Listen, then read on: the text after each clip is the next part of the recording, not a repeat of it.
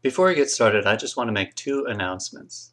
One is that we are currently accepting applications for the Analyst Training Program, so if you are interested in becoming a Jungian analyst, please fill out an application on our website and submit it by January 15th. The second announcement is that we are currently running a holiday sale on our website, so all audio and video downloads will be 20% off through January 1st.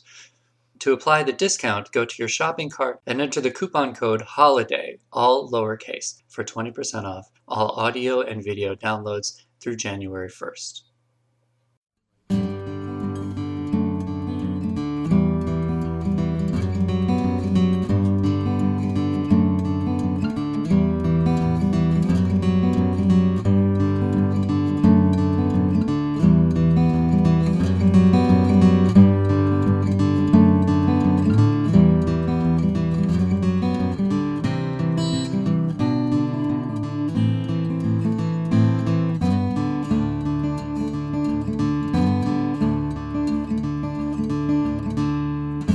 Welcome to the Jungian Anthology Podcast, analytical psychology seminars from the C.G. Jung Institute of Chicago.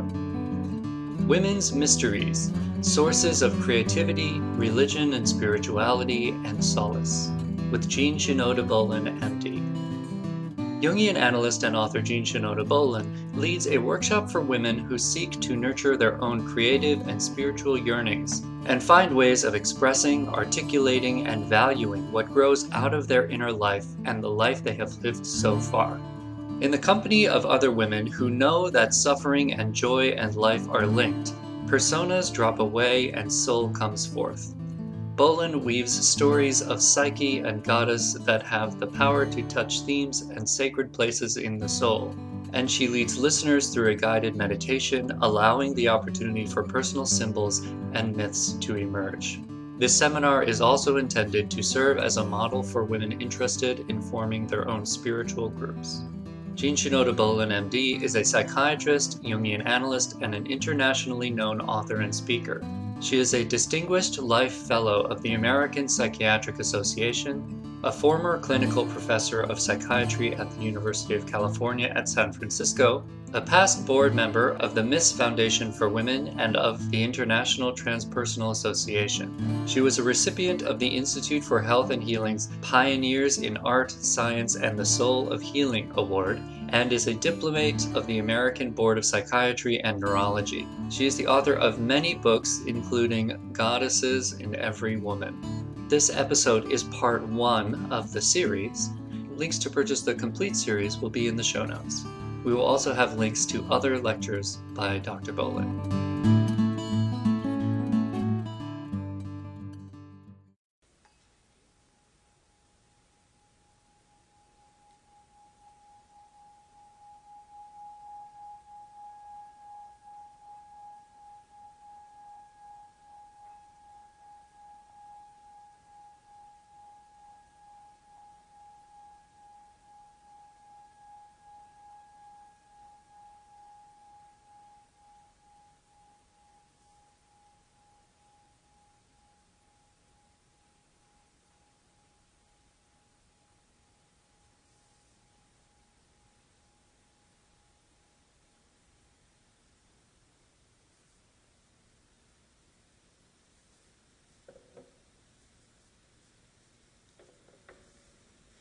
This weekend, not only have I brought into the world for the first time the book Crossing to Avalon with last night's lecture, but today and tomorrow I am trying a new form for weekend workshops.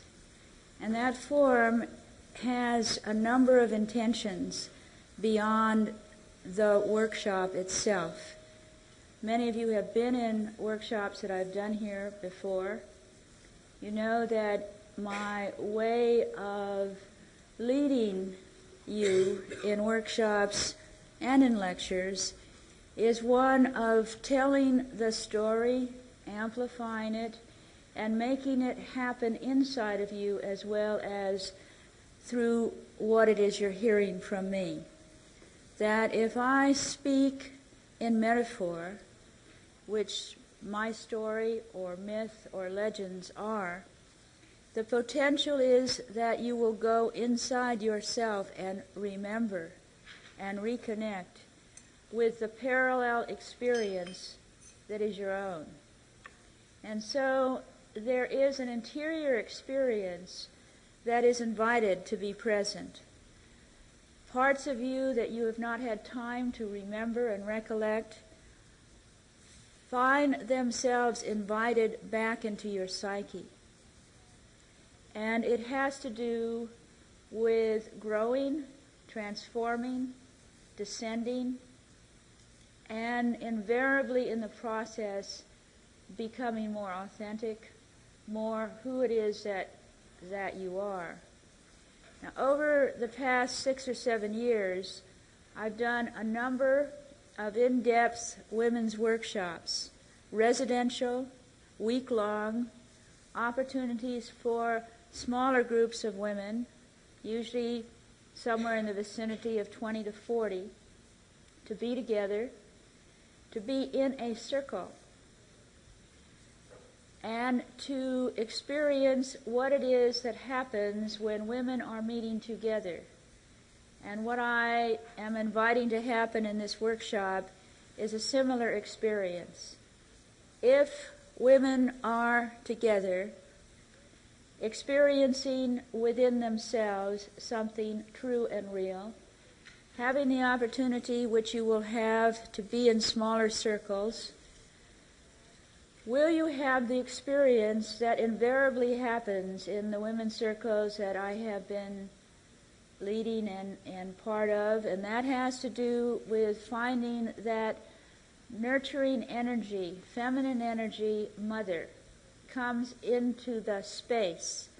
And there is a sense that there is, in the nurturing experience of the presence of other women, in the experience of having all of you, all of the interior parts of you, the experiences that you have been through, invited to be present in you, and you in turn having an opportunity of selecting what of yourself you might share with women that I would like to see you think of as sister pilgrims. Because essentially on this path called life, once we get a sense that this journey is potentially a very sacred one, once we have a sense that we are spiritual beings who are on a human path, and by nature the human path involves times in which suffering, untoward circumstance, events happen that we did not want to happen, did not invite to happen, but happened nonetheless. And in the limitations, in the vulnerabilities, in the difficulties of being human, the potential to become less and less or deeper and more presents itself to us over and over and over again. Because regardless of what unchosen circumstances we always have deep within us the choice of how we are going to respond to the experience that has happened. Will we identify as victim, become bitter, become resentful, become shriveled at a soul level? Will we identify with the people that have treated us badly? Will we become hostile and attached to power over?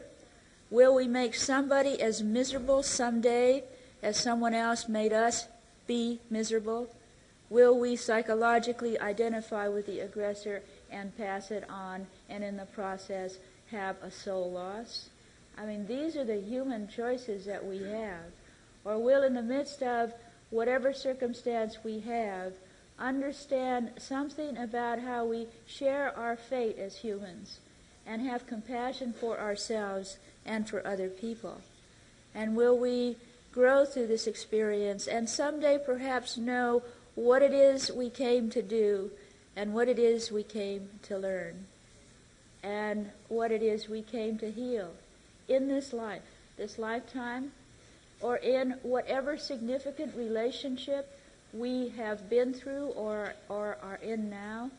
Or I like to think that the major questions of life, the what did we come to do, what did we come to learn, what did we come to heal, are questions like the questions that must be asked in order to find meaning if we are on a grail quest and we have an experience of whatever the grail is that impacts on us, and will we just have it happen and pass on, or will we hold it in ourselves, wonder about it, muse upon it, and basically ask the question, what does this mean? What does this experience serve? How is it that I can respond to this moment of deepness that is far greater than my limited ego can fully grasp? But if I hold it in my soul and have it affect me and dialogue with it, if I keep asking for what, for whom does this experience, this grail, serve, that in the process of being with that, which is essentially the question all the time, what does any experience serve? What part of ourselves? What is the meaning of this? What are the choice points that they present to us? And over again, if we begin with the premise that our lives are meaningful, that this is a spiritual or a soul journey, and that it is not a final destination, it is not a goal. I mean, by the time you hit midlife, you understand that lots of goals that you had for yourself are ones that you either got to and it didn't turn out to be what you thought it was, or you didn't get to it. But either way, most people by midlife have some understanding that whatever the it was, a significant relationship, a significant job, whatever it was that was like a destination in the distance, that the grasping of it, even momentarily, was not what the story really was about, but the process of getting there, the process of living through it, the process of responding to it. And gradually we get that it is the path that matters, that continually shifts where we are going, that is about what the journey means. And that time and time again, there are moments when we can choose what we will do, and time again, there are times when what happens to us is not of our own choice at all. Now, in the notion of a women's circle, I take what it is that I have learned to appreciate in the one-to-one experience of being a Jungian analyst. That is, when a person comes into my office, there is the physical office, but far more important than that is the invisible space that that person comes into with me. And that space in the Greek word is temenos, that if you do go on a real journey to sites in Greece where there once were temples, like at Epidaurus or Delphi or Delos, various places where in times of antiquity people ventured to have an encounter with the divinity that dwelt there, you'll find that on the maps of the ruins there is very often somewhere in the center of the complex of buildings a round building that is referred to as the temenos or temenos. And many Jungian writers have from time to time used the word temenos to describe what it means to be in a sanctuary, because that's what it meant in days of old in those temple grounds. The temenos was the sanctuary, a word that comes from the word sacred, an image of the circle that archetypally is the image of the self or the totality or wholeness.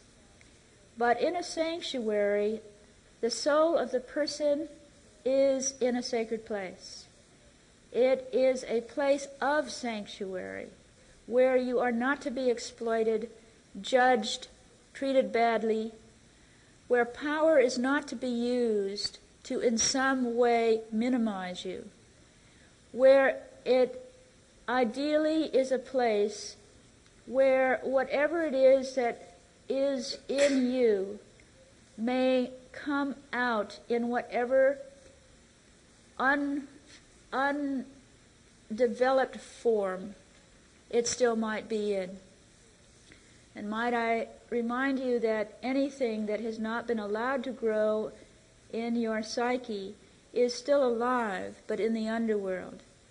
And in the darkness of that unconscious place in the underworld, in a place where you have repressed things because they were too painful or they made you too ashamed, or in that place where parts of you were never welcomed, and so you kept the lid on all of that, all of whatever that is alive.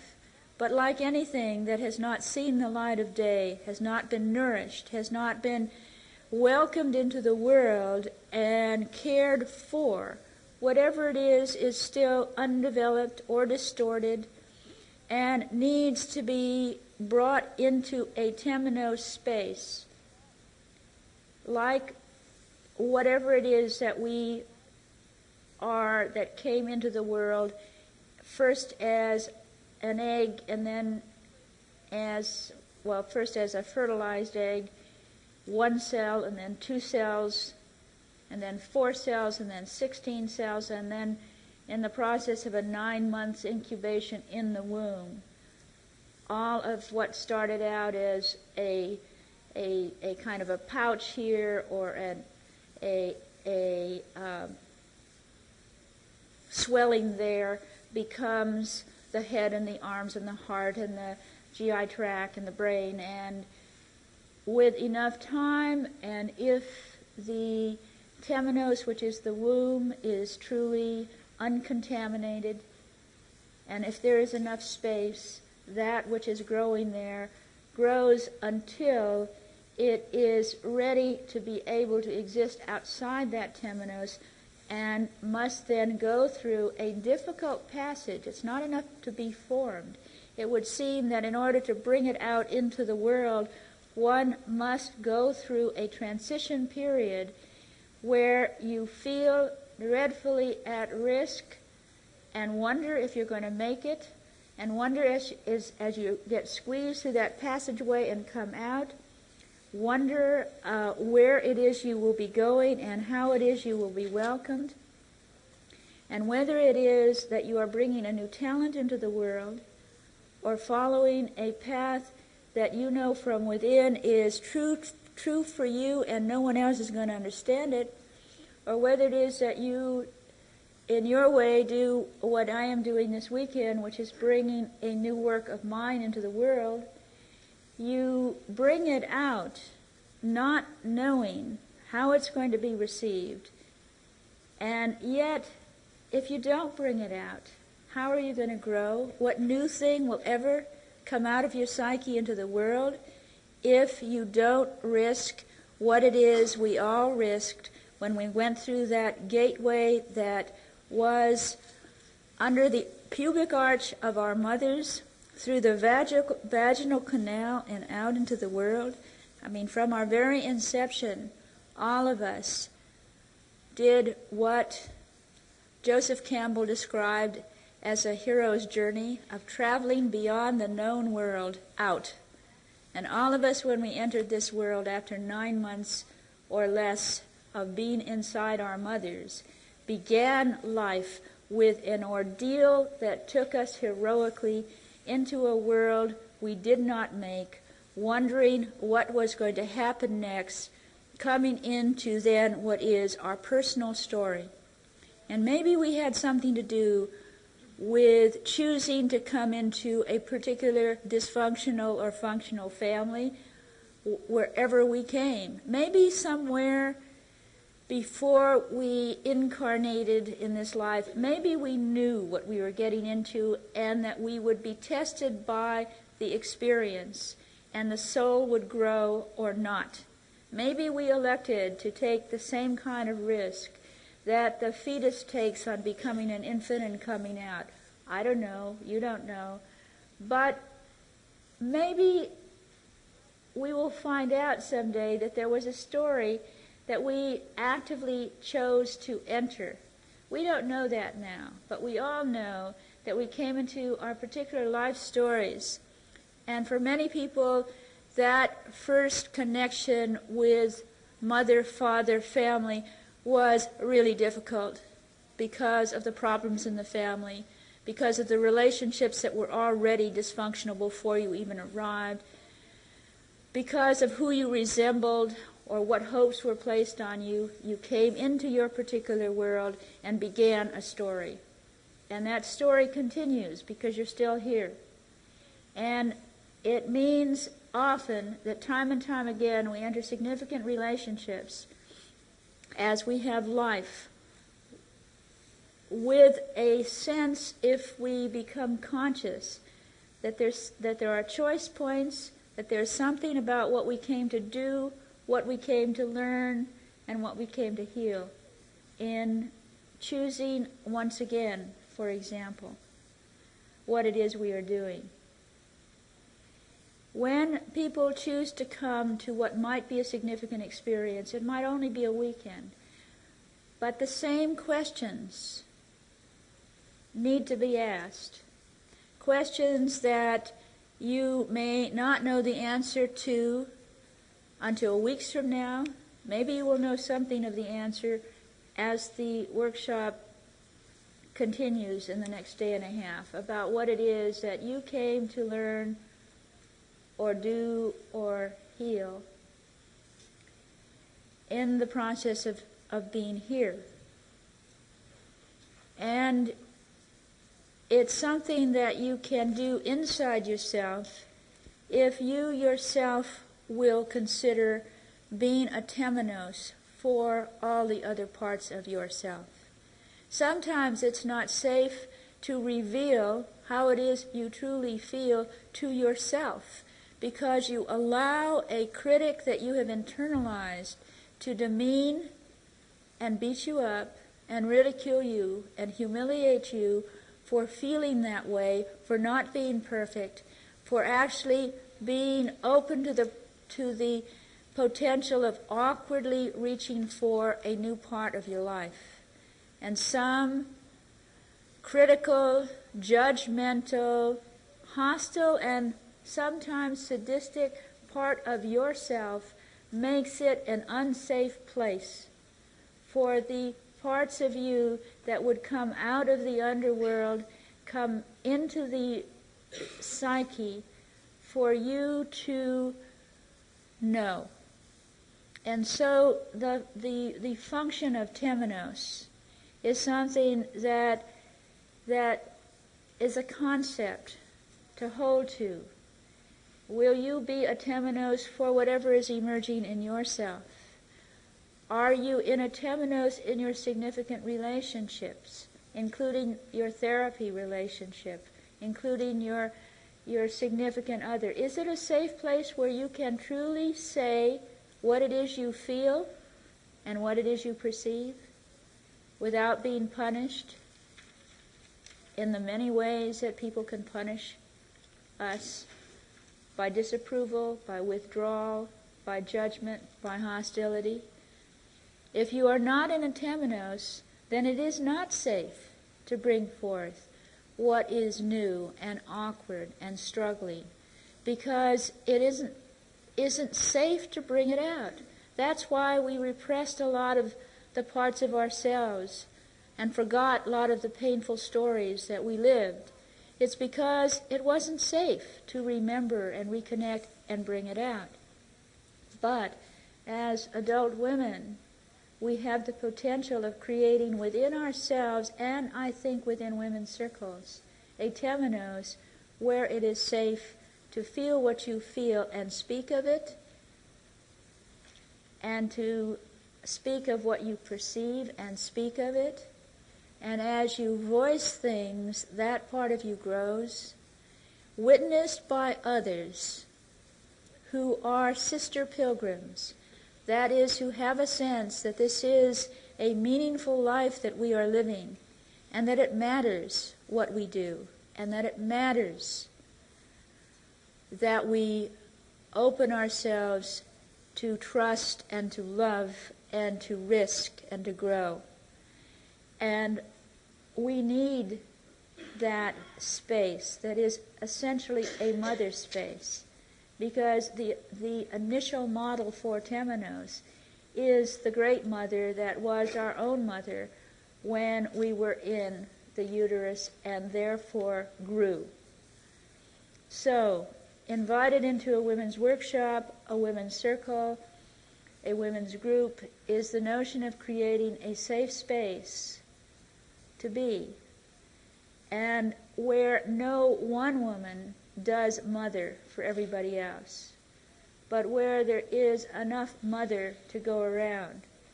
Because when groups of women come together who have some sense of the individuation journey, they are women who I am sure is like every woman in this room right now. You've thought some, you've felt some, you've read some, and you've been deeply moved by something that tells you that this does matter, what choices you make, and basically that knowing yourself more is something worth doing. So you start out with that.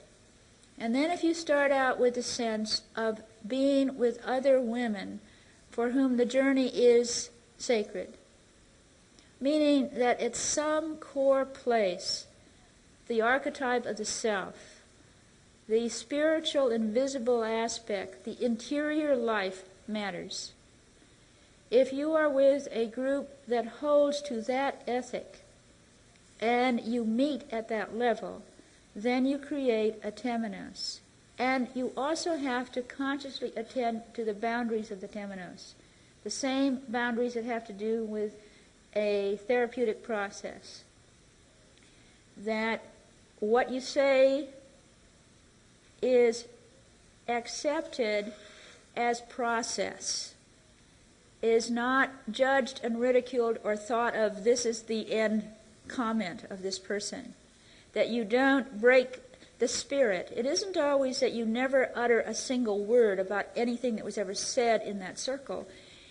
It says that you treat everything that is in that circle as sacred, as a trust, and therefore you either don't say anything about what goes on in the circle at all, and you certainly protect the confidentiality of whoever it is in the circle that has spoken up about a particular thing.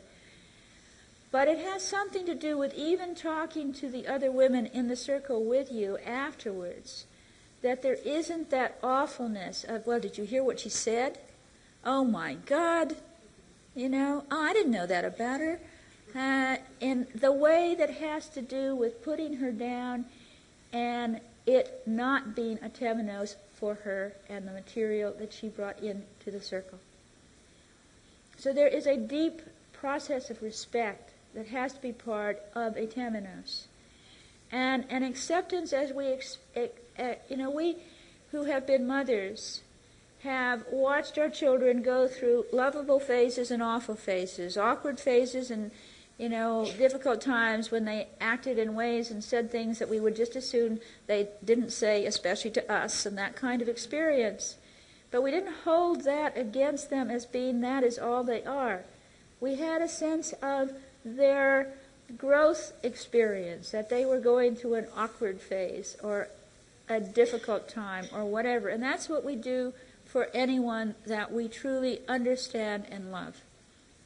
And so in a women's circle where it's safe, there is that respect for the process that is going on. And there is also the need to not codependent anybody in the circle, which is to say that you respect yourself enough to speak the truth of your experience in a kind way. I think that there is something about karma in this life, that I see how people keep repeating stories in an effort to make it right. And as they get more conscious, they choose better, respond differently, and decide, I've had enough of this story, and choose another one. Or they really get something about it that is what they needed to be in yet another one of these relationships for, to get the message about what the story's about. And they do. Or there is a sense of them being in this experience and having a choice. I mean, sometimes by being someone else's codependent, you allow yourself to be harmed and you allow that other person to live out more bad karma for them. I think that when you allow yourself to be abused, it not only affects your soul, but it clearly affects the soul of the other person who gets to treat you badly. And that if you have the overview sense that we are interconnected in this karmic journey that we're on, that we have chosen at some level to reenact portions of our story with this particular person. Now, when we were children, we had to stay with the situation until we were old enough to get out of it in some kind of safe enough way to be in the world, because the family of origin was the world. When as adult women we are in stories, relationships, work situations, therapy situations, we have choices as to whether we will stay there, change the situation, get out, or not. I mean, there are choices in this. And to get that we have entered it for some potential purpose is to find some meaning in asking the questions. Okay, I'm here, this is not going well. What is it about it that I can consciously address? And then we find we have considerable leeway about such things as speaking up or remaining silent, for example. And so in a woman's circle, which is a replication and a recreation and an effort, always imperfect, because that's what this life business is about. We never do it right.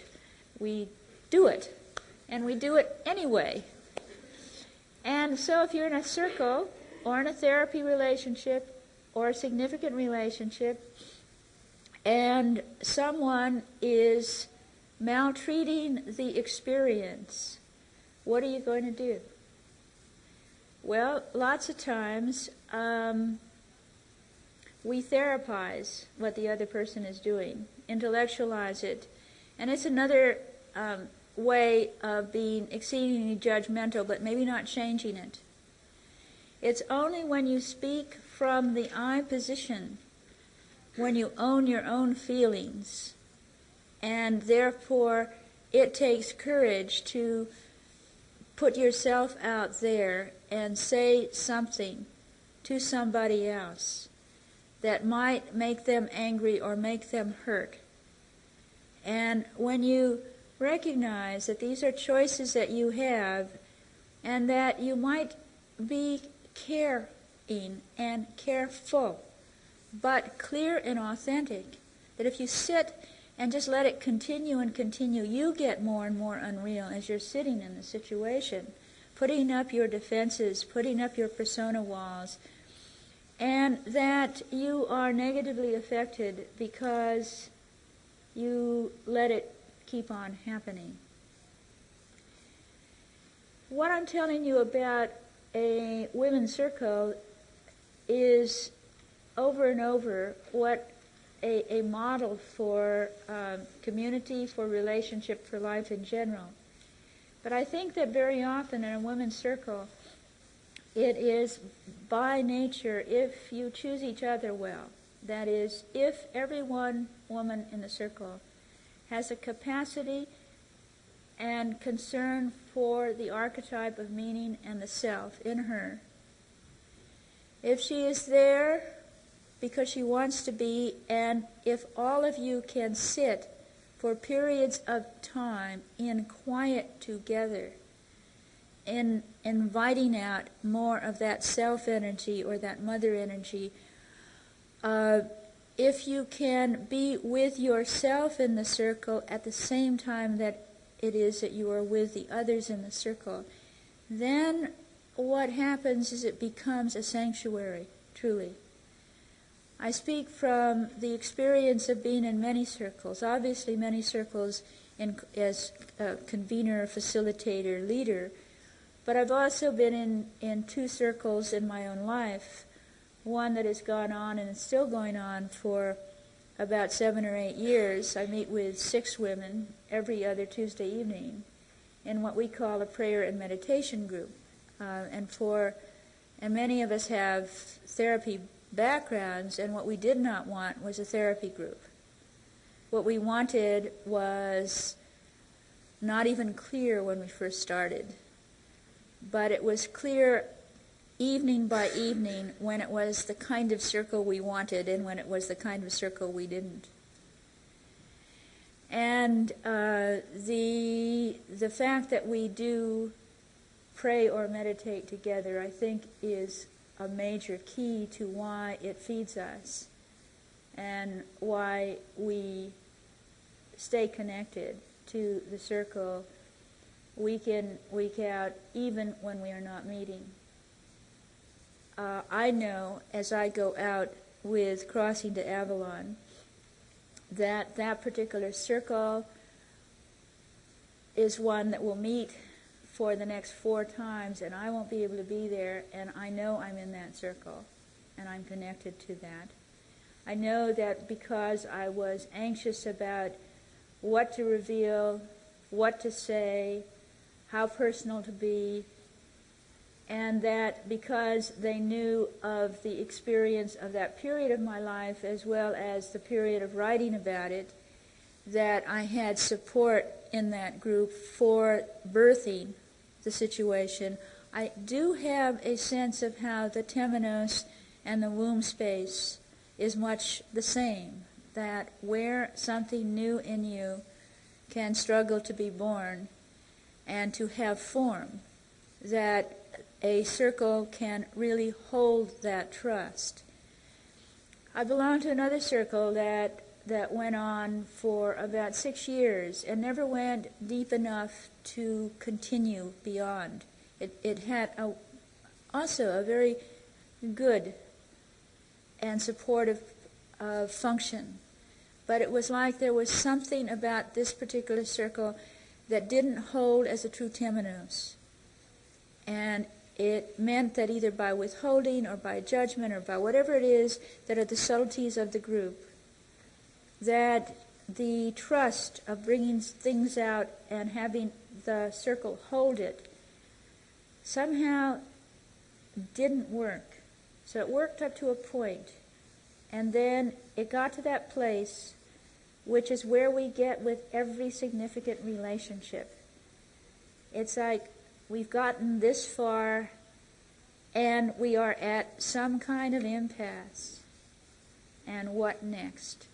We happened as a group to dissolve and have and small segments stay in touch with each other. And that was a learning, not only a learning experience, but it also was in periods while it lasted and in periods as we tried to, when you get to that point in a group, as when you get to that point in a relationship, when all you're talking about is whether we are going to stay together or not, that it can move if you I mean, it either flounders there or you go deeper and it holds. And sometimes it holds and sometimes it doesn't hold. So in this particular workshop, I want you to have a overall sense of what a circle might be, and later on today and tomorrow to have you be in a circle. It won't be a long time, obviously, because we don't have that much time together, but it is a model. And then what my real hopes for is that out of this group, some of you will start your own circles and find them womb spaces for your growth and transitions. Because as pilgrims on a path, we travel with other pilgrims, and they are as important to the journey during certain phases of the journey as the fact that we are realizing that we are on a pilgrimage and that we are seeking to be connected with sacred sites inside, outside, wherever that sacred site might be, that we are hoping to grow in the process of being on the path we're on. And when we travel with others, they serve several significant realities for us. Realities that are intangible. That is, the part of the story they tell about their journey becomes alive in our psyches. And for women, we don't have generations of foremothers because women have never had as much freedom to choose who they will be ever than right now. So we don't look down the line, back historically. We are who we have now, for the most part. But any woman in a horizontal circle who has dared something, lived through something, tried something, is something, becomes a model for us. If we know her, if we feel for her story, then her story feeds us a possibility about what we can do and what we can become. And it is that kind of genealogy that we have in a horizontal circle, and why it's important to hear who this other woman is in your story in the circle. The other is what it means to be a witness to another woman's story. That if you grew up in any dysfunctional kind of family, if you are in any kind of dysfunctional situation now, shame is part of it. Secrets are part of it. And whatever you feel is so unacceptable that you can't talk about it to somebody else makes you feel an imposter. Oh, these people think they know me, but they don't really. If they knew this part of me, they wouldn't accept me. Or what I have been through, it's not just what I have done, but it's strange. It's strange how the child has such an innate sense of justice that when she is born into a situation where abuse, sexual, physical, psychological abuse happens to her, or she observes it happening around her, she feels that if this much bad is being done to me, or I am in this bad a situation, I must be bad.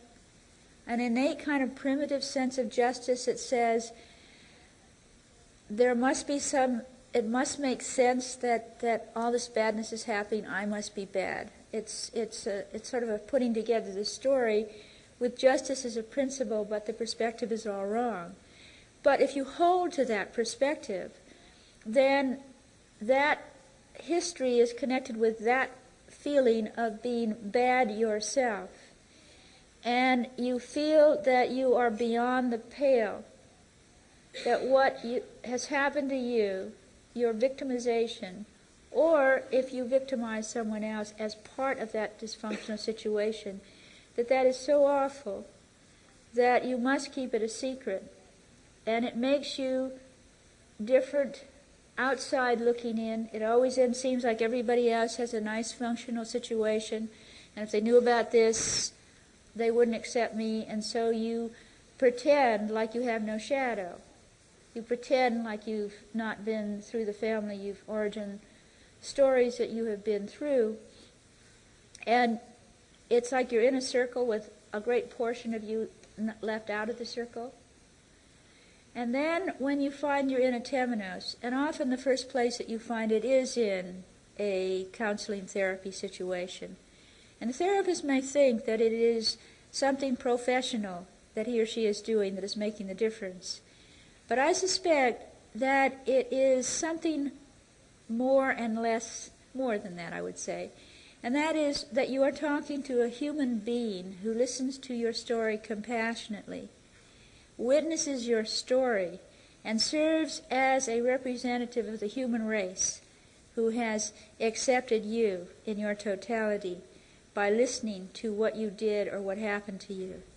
And yet, because it's a therapy situation, there's still the feeling that through this I have had a portion of my pain and wound healed. But still, still makes me too different to speak of it to an ordinary civilian. And I say civilian because I'm reminded of the Vietnam War veterans who went through a terrible experience, saw awful things, may have done terrible things, that put him beyond the pale of the ordinary civilian life. And then to come back into life, especially at a time when they were thought to be despicable, baby killers, etc. How they were existing beyond the pale, out there beyond community. And there are still a great many Vietnam War veterans, though alive and in the United States, are among the missing because they have not returned to community. And the ones that have returned to community are do so in the same way that any of you that have been incested or abused comes back into community. And that is that you tell the story and have it accepted. And very often when it is a traumatic stress experience, it does need to have either an exceedingly patient, accepting person be willing to hear it over and over again until it is enough, or a therapist who does it for a particular period of time, is paid for the work of it, and so you feel you can come in and say it one more time. You'd wear out any other person in your life. And that therapist, by doing it, is being a member of the human community, welcoming you back through the human capacity of compassion and understanding, through looking at someone as you tell your story and finding that that person does not withdraw from you, does not flinch, does not think you're some kind of awful person because that's what happened to you or that's what you did. And therefore, the witnessing that friends do for one another over time, that therapists do, that circles do, have this healing element that is about community, that welcomes you back or the parts of you back.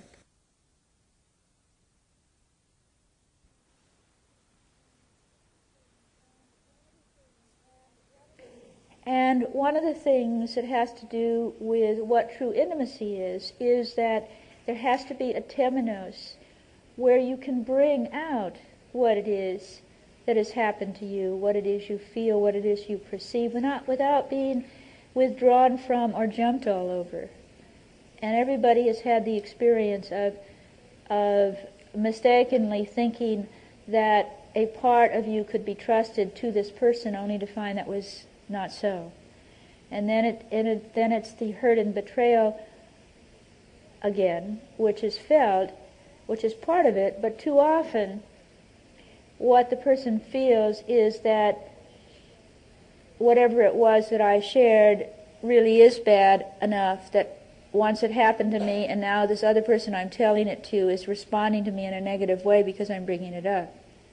And it's a wounding on top of a wounding. So that there's a need and an enormous function of what we can do for one another by being witnesses to each other's lives, which is what happens.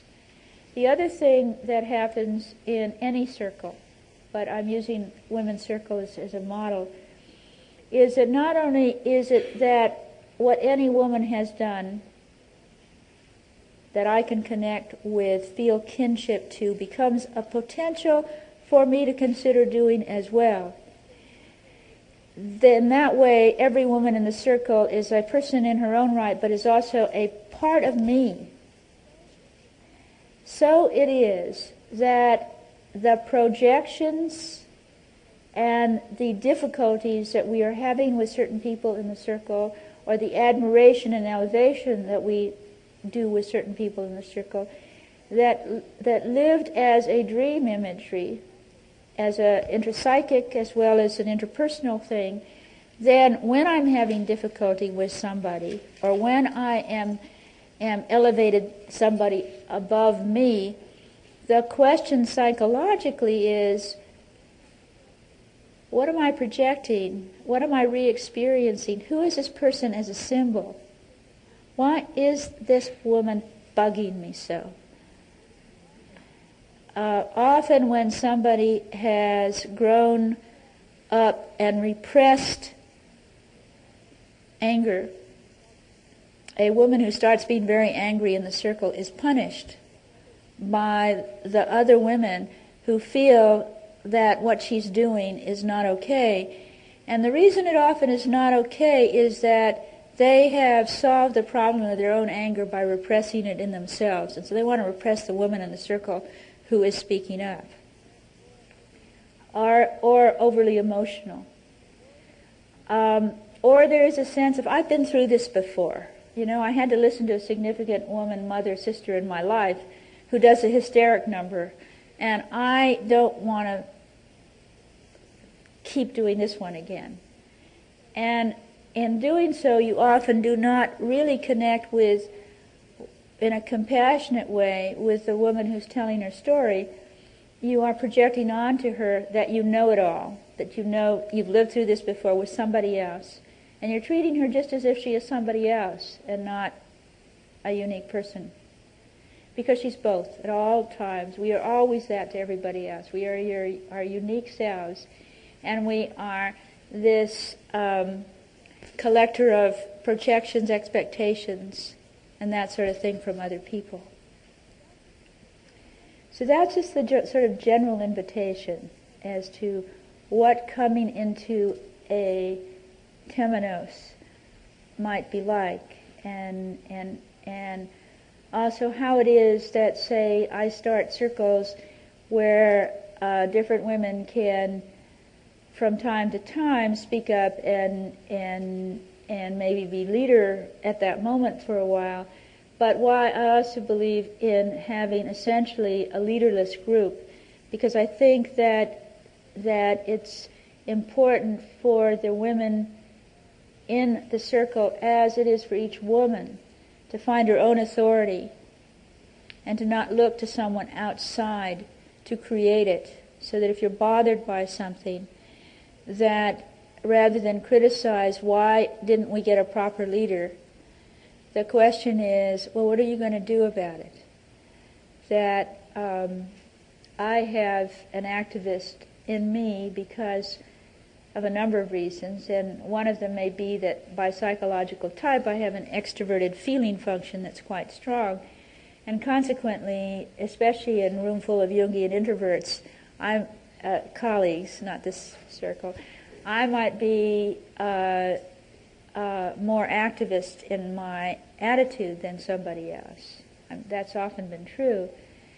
But it has something to do with my typology, but it also has to do with an inner knowledge that of the various aspects of myself. And in Goddesses in Every Woman, I described all of the Greek gods, all of the Greek goddesses. Actually, I did encourage people, women, to read Gods in Every Man, because I had a real sense on completion of both books that I should have written a big fat volume called Gods and Goddesses in Every Person, because what you do find is that men find that there is usually one or more goddesses that are significant to them, and women find that there are one or two gods that are quite significant as internal figures, parts of oneself.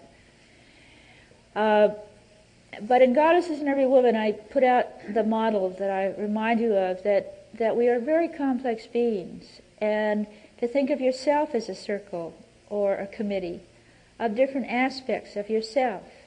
And when something important comes up in your life, who of your committee members are heard from? Who runs the show? Who steps in? Who judges? Who limits? And my activist side comes from that feeling reactive Artemis that has a sense of justice and all that, and the voices that say silence is consent, or all it takes for evil to triumph is for good people to do nothing.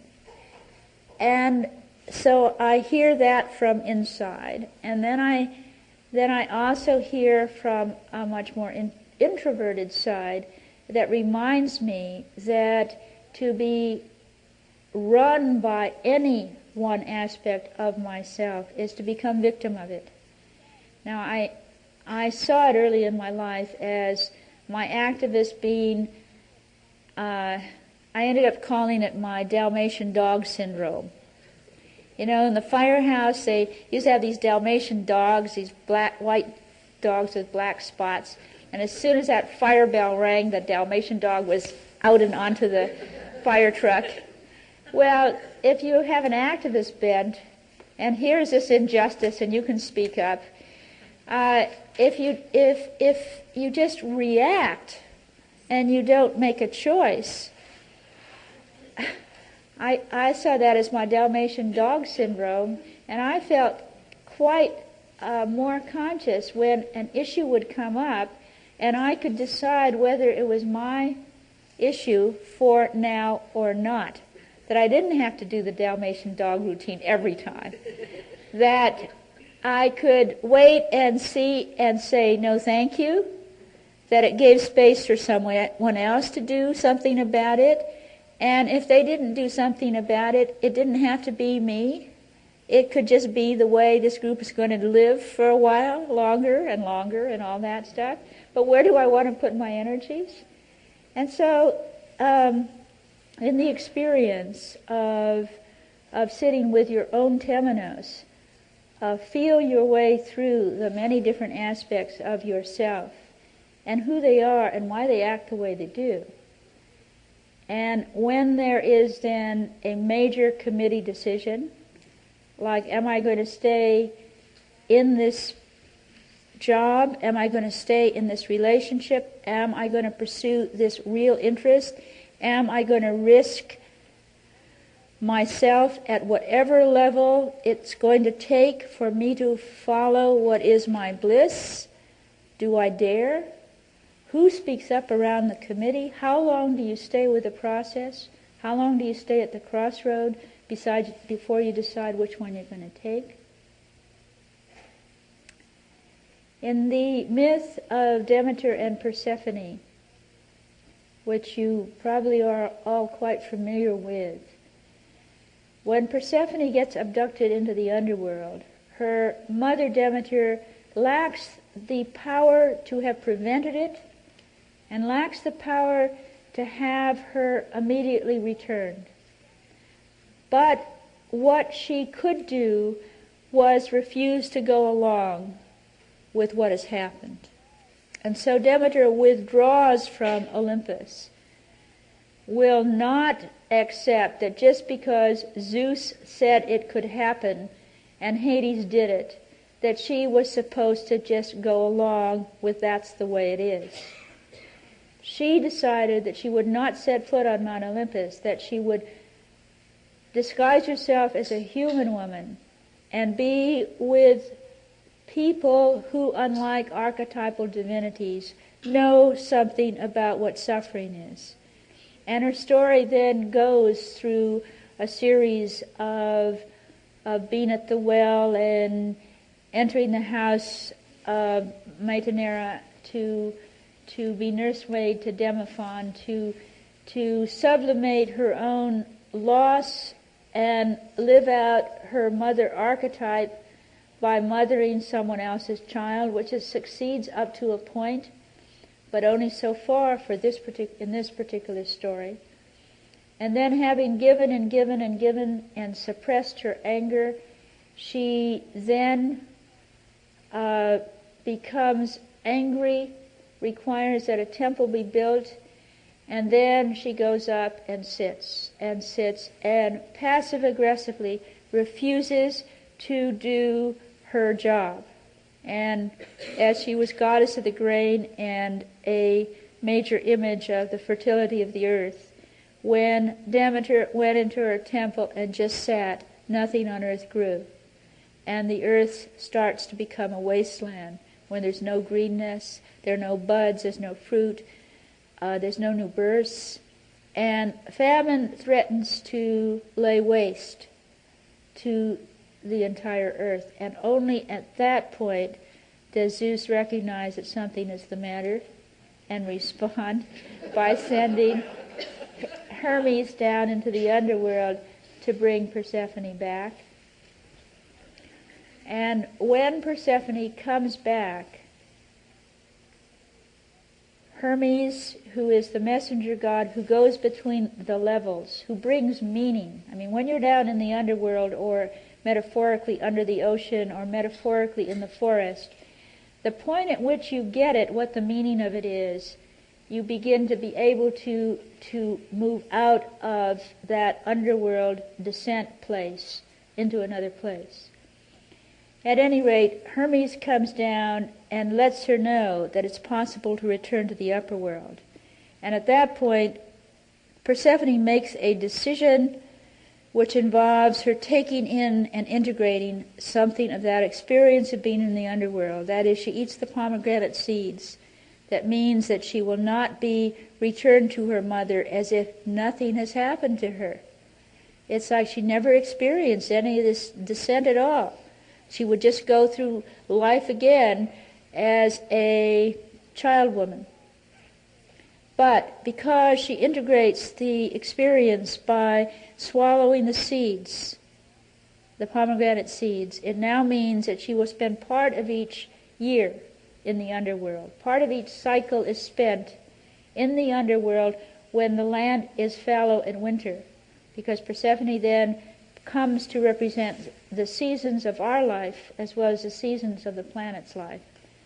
That there are times when the earth lies fallow, and in the spring, when green shoots start to come up, when grass begins to grow through the crust of near frozen, formerly frozen earth, when the green trees, when the buds start to grow on the skeletal trees outside, it's the sign of spring returning. The daughter, the maiden, the feminine young aspect of Mother Earth is being born anew, as she is born anew every spring. And in the myth, as Persephone is brought to the upper world by Hermes, she steps out of the chariot and her foot hits the earth. And in some version, at that point, green grass and flowers break out all over the earth, because Persephone has been returned to her mother. And her mother rushes out of the temple and embraces her daughter, and her depression is healed when she connects with the innocent, youthful maiden that is the significant archetype that is abducted when you make a depression descent, when you have been betrayed, when you have been hurt, when you have been abused, when you have been despondent, when you have given up, when you've just been flat out depressed. There is no child in you that can feel joyful, creative, awed by anything. There's no spring. You're old. You're dried up.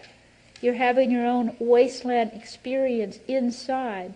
And only when the daughter goddess, the maiden, the inner child,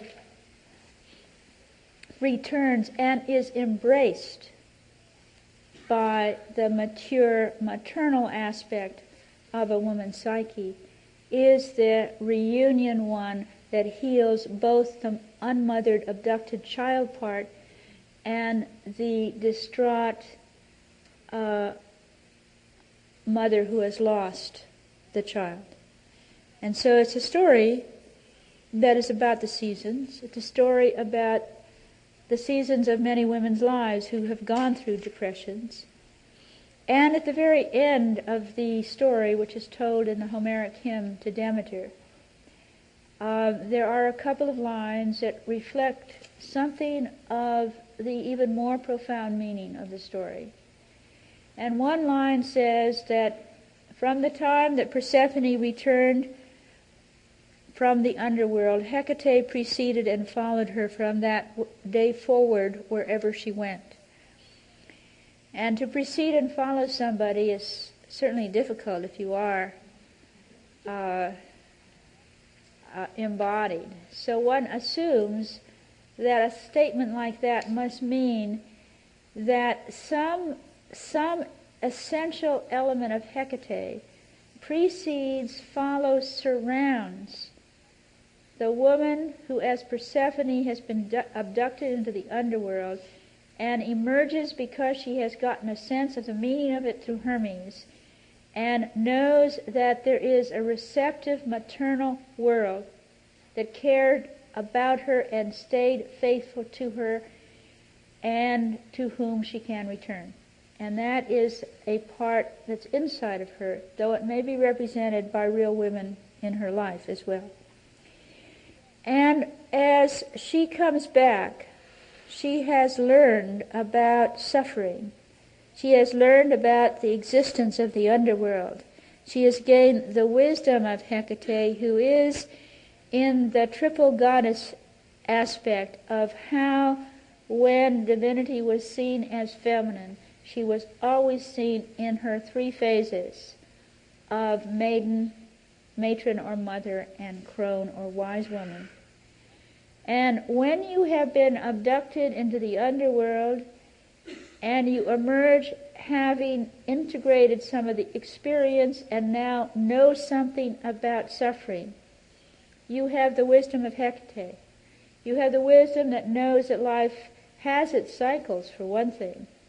And you then have an awareness that the next cycle you're on, that when it's really wonderful, when you are in the spring of a relationship, a job, a period of health, and you know to appreciate that it will not last forever, but to fully have gratitude, because this is the phase, this is the place where you are now.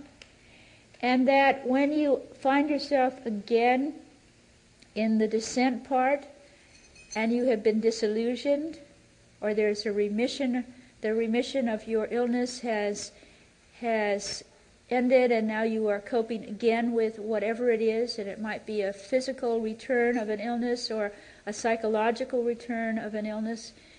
And you know, if you have Hecate with you, that this too is a period that will change.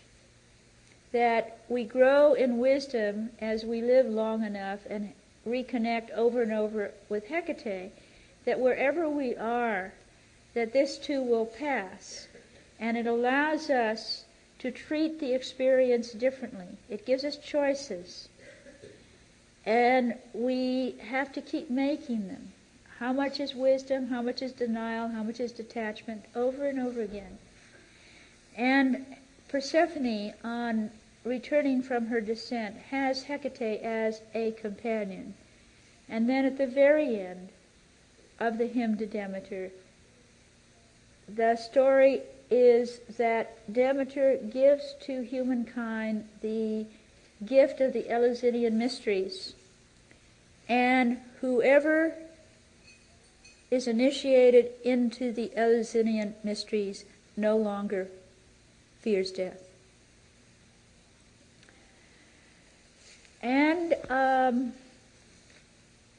the Eleusinian mysteries were for 2,000 to 2,500 years prior to Christianity a mystery religion based on a trinity, the triple goddess of daughter who is sacrificed, who goes into the underworld and returns in the spring. So it's a resurrected divine daughter, a mother divinity instead of a father divinity, and the equivalent of Holy Ghost in the wisdom that is Hecate.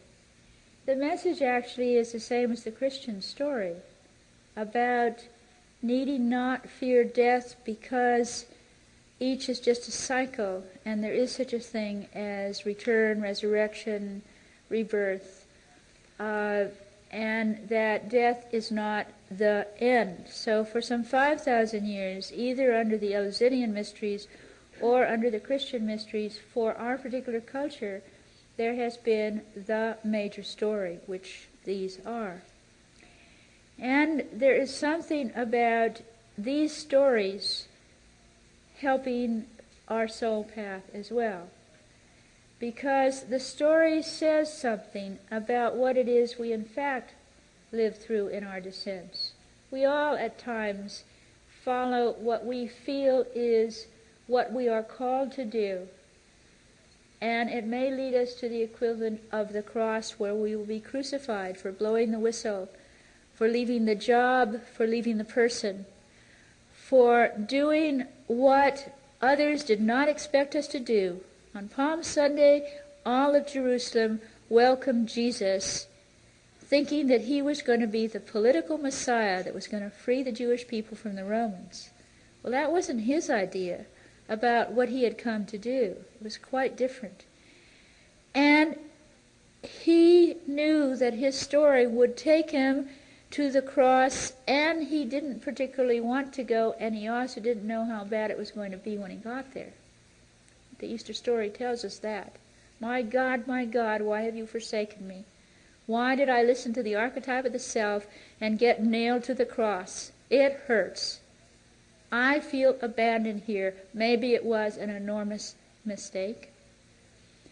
And I write in Ring of Power about the Saturday of Easter week being the most important day as far as representing the transition we all go through when we have done what we have done in a moment of truth, and we have killed off our former life. That whoever we were before we made that statement, did that act, we can no longer be ever again. Our old self is dead, if not to ourselves, then to others perhaps. The old expectations, the old assumptions have died, and we do not know whether as a result we are in the Saturday of Easter week now in the equivalent of Joseph of Arimathea's tomb, and we do not know whether this is the end or the beginning. We don't know that it is a womb or a tomb, and that is the labyrinth, that is the experience of transformation, that is not the hero's journey, but the heroine's journey. It is a story about how you get to a point where you are in the underworld and you don't know personally, but you mythically, archetypally know that spring will come, that there will be a rebirth and a resurrection. But when you are living that portion of the story, you very often do not know whether this is the end or the beginning. And you do not feel very heroic at all. And so I consider this a very heroinic story, whether it's lived out by Jesus or lived out by Persephone or lived out by any one of us. That we don't go off feeling like this is going to be a piece of cake that just when we need it, Athena's going to come down and trick somebody into giving us victory, which was Achilles' story. That we can always count on being a John Wayne hero in the story. Because if you care deeply, if feeling is part of your journey, which it seems invariably so for women, then there is a sense of concern for, will you survive, will others survive, will you make it through, how will this end? And there is, like in the story of Psyche, great doubt that you can do what is called for. Time and time again, Psyche was faced with a situation in which she was called upon to do more than she knew how. And her first reaction always was, I can't. It's impossible. I give up. I want to die. Doesn't sound very heroic. But she would stay with the task, and something would come to her aid, something that represented at that point as yet undeveloped part of herself, that would come and show her a way. And that's what something of the journey is like when it is a heroine's journey. And you don't know what is coming next, or if you can make it through, or what will arise to be a help at this particular time, at this particular place in the story. The word mystery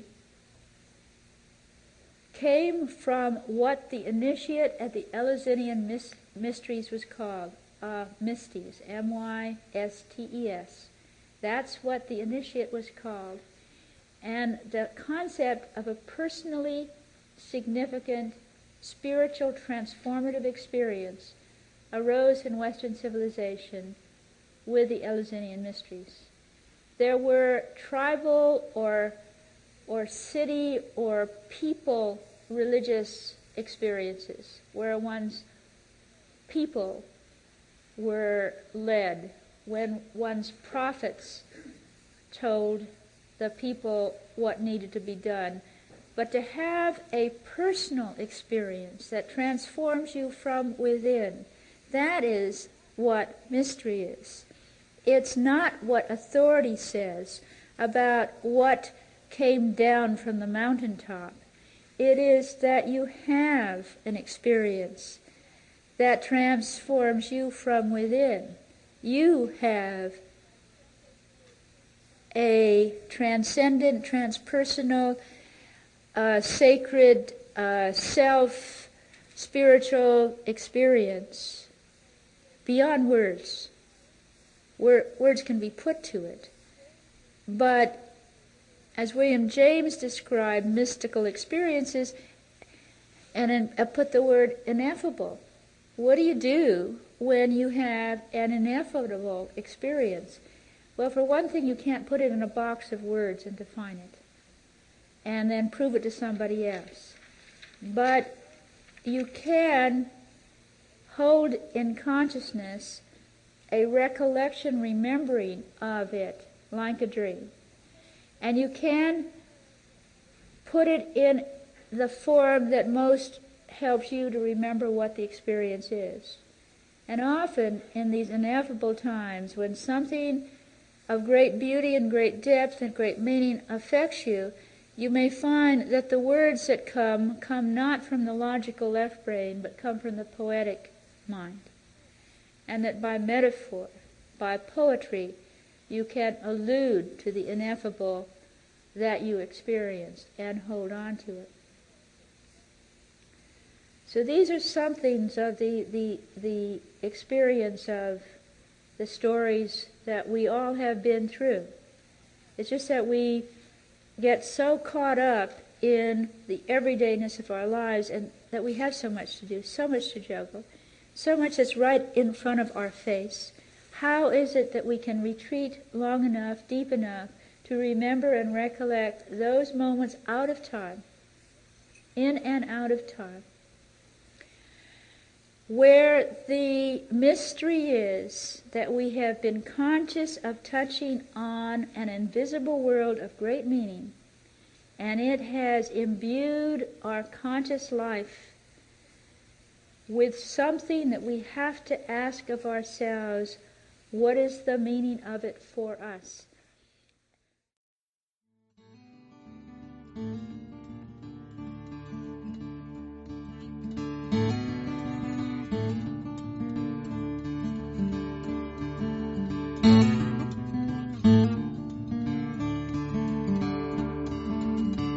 This podcast is distributed under a Creative Commons Attribution, Non-Commercial, No Derivatives license.